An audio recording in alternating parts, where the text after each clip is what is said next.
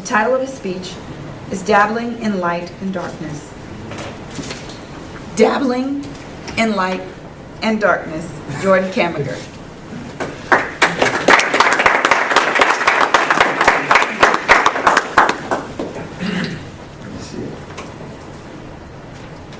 It's actually a somewhat longer title, which I thought I'd share with you. Jordan Kamiker. Ignore the beard, silly. My Lincoln speech was yesterday. Today, I'll talk about dabbling in light and darkness. I wanted to get that elephant in the living room out of the way, because for the next 7 minutes, if I don't, you'll all be staring at this and going, okay, when's he going to do the Lincoln bit? I'm not. I have it on good authority that when you die and go to heaven, and I know you will, when you get hungry and you wander up and down the counter in the mess hall, they will have fast food. Anybody love fast food?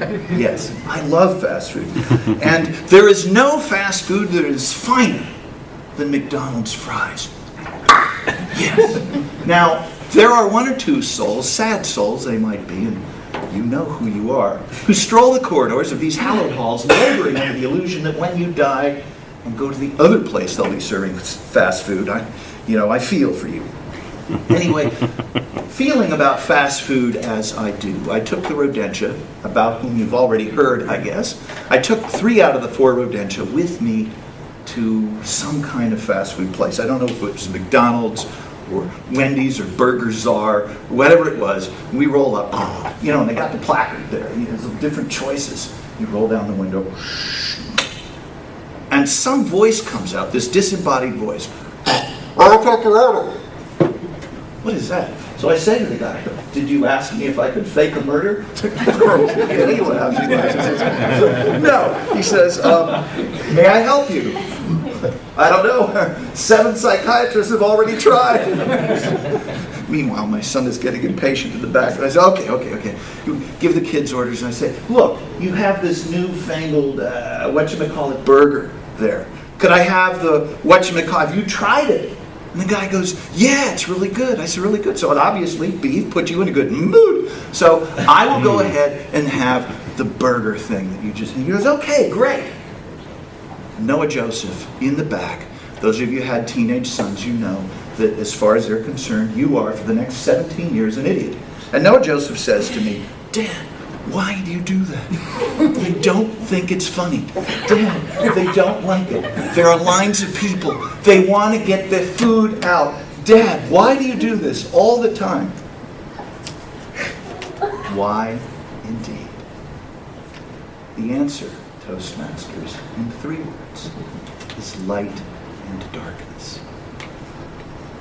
Thousands of years ago, Cain asked the question, am I my brother's keeper? And the answer, which resonated then through the millennia and reverberates through 1,000 cultures over the years, is unequivocally, yes, I am my brother's keeper. You are your brother's keeper. We have an obligation.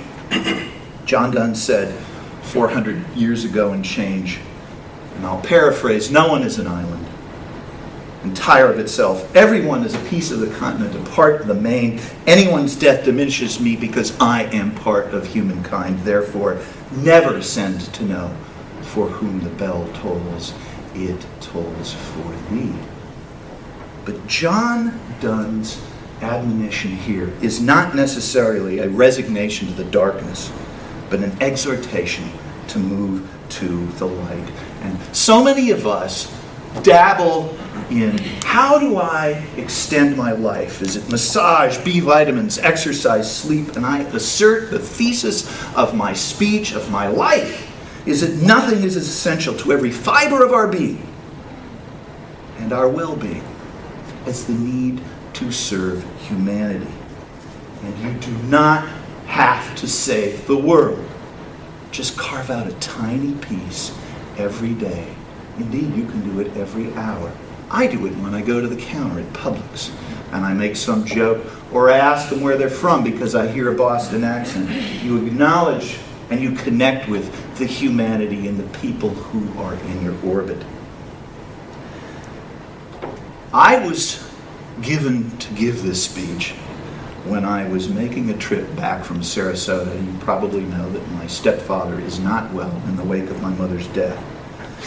I stopped at a gas station in Thanatasasa. I did not make up that name, by the way, Thanatasasa. I wish I could have. And the guy comes up to my car. Now, you've all seen him, and it's the oldest scam in the world. He's looking real scrungy, and he says, "Oh, can you just give me $5 because what? I ran out of gas, and you just give me the money, it'll get me to the next day." And I have no patience for that. "Look, buddy, sorry." And I closed the door, probably more briskly than I ought to have done so, and I started walking to get my monster drink so I could stay awake and come back. And almost immediately I heard in my mind, "Where is your brother? Where's your brother?" This is not me. I was vice president of a homeless shelter. I know it's a scam, and I give him the money anyway. Bought my monster. I felt like just a bad dude. I won't use the real word. And when I got to my car, it was locked with the keys in it. And I tried, and I tried, and they had no mechanic, and they had no Slim Jim, and no one could open it. And some guy walks up, and he says, "Are you having trouble with your car?" And I said, "Yeah." He says, I'm a mechanic. I think I can get it open for you." And he produces a hanger, and he starts messing with it, and I help him. I'm wedging the door. You guys have seen my van. I mean, it looks like Jed Clampett's truck. And finally, we got the thing open, and I say, "Hey, what do I owe you?" He says, "Nothing." He says, "You don't owe me anything." And I realized it was the guy. And there was a wife and kids, teeth missing. And he looked at me. I said, "Oh my God, you were..." I got the water bottles, I got my Metrical, whatever, my diet drinks, I got my little food bars, my fruit, I gave him everything. I gave the $23 I had, I gave him my card. Whatever I can do for you, please let me help. We are our brother's keeper. I drove to the front of the McDonald's where they serve the food. And in the bag, as I drove away, were 2 extra hot apple pies.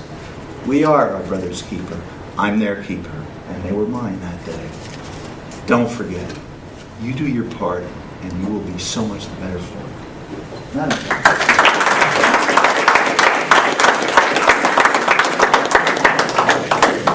2 minutes on the clock. Timer, please.